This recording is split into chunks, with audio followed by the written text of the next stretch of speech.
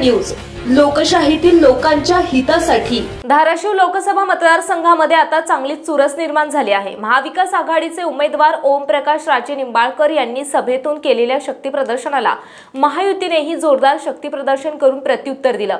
या निमित्ताने शिवसेना शिंदे गटाचे पालकमंत्री डॉक्टर तानाजी सावंत यांची असलेली नाराजी कमी करण्यात नेत्यांना यश आल्याचं दिसून आलं। कारण सध्या तरी राष्ट्रवादी काँग्रेस अजित पवार गटाच्या उमेदवारापेक्षा कहो दिल से नरेंद्र मोदी फिरसे असेच पालकमंत्री डॉक्टर तानाजी सावंत यांचे लक्ष असल्याचं दिसतंय।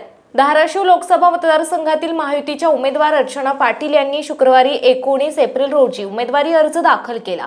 महाविकास आघाडीचे उमेदवार ओमप्रकाश राजेनिंबाळकर यांनी बुधवारी दिनांक 17 एप्रिल रोजी शक्ती प्रदर्शन केले होते। त्याला महायुती कसे प्रत्युत्तर देणार याकडे लक्ष होते।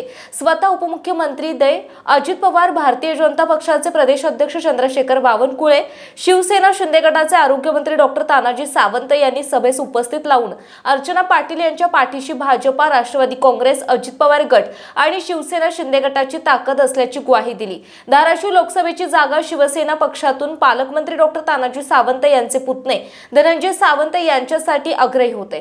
जागा न मिळाल्याने नाराज असलेले सावंतांची नाराजी काढण्यात महायुतीच्या नेत्यांना यश असल्याचं दिसून आलं। मात्र मतदानाला अजूनही 17 दिवस बाकी आहेत। लोकसभा निवडणुकीत आणखी पिक्चर अभी बाकी है। यात आणखी काय काय राजकीय घडामोडी होतात हे पाहावं लागेल। यावेळी बोलताना पालकमंत्री डॉक्टर तानाजी सावंत म्हणाले की येथे अजित पवार आहेत, भाजपा आमदार राणा जगजितसिंह पाटील आहेत। थोडं परखड बोललं, धाराशिवमध्ये महायुतीचा प्रचार हा जानेवारीमध्ये सुरू झाला आहे। 26 जानेवारी पासून धनंजय सावंत यांनी प्रचाराला सुरुवात केली होती।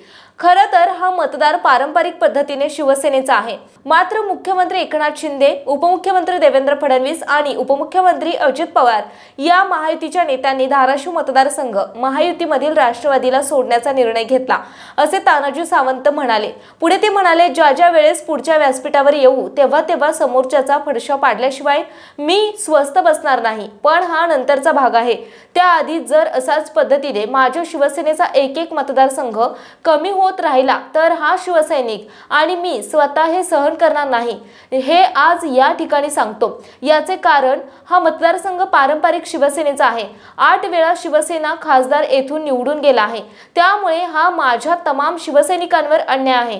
मात्र नरेंद्र मोदी यांना पुन्हा पंतप्रधान करण्यासाठी हे दुःख विसरून शिवसैनिकांना विनंती आहे की अर्चना पाटील यांना आपल्याला लीड द्यायचे आहे, असे तानाजी सावंत म्हणाले। त्यामुळे परंडा विधानसभा मतदारसंघात शिवसेना शिंदे गटातील नाराज कधी महायुतीच्या प्रचाराला लागतात हे पाहावं लागेल। महायुतीतील सर्वच नेत्यांचे मनोमिलन होऊन कधी प्रचाराला सुरुवात करतात याकडे सर्वांचं लक्ष लागलंय। संपादक आशुतोष बनसोडे। आपल्या परिसरातील महत्त्वाच्या आणि ताज्या बातम्या पाहण्यासाठी लोककल्याणार्थ न्यूज चॅनलला YouTube वर सबस्क्राइब करा आणि बेल आयकॉन प्रेस करा।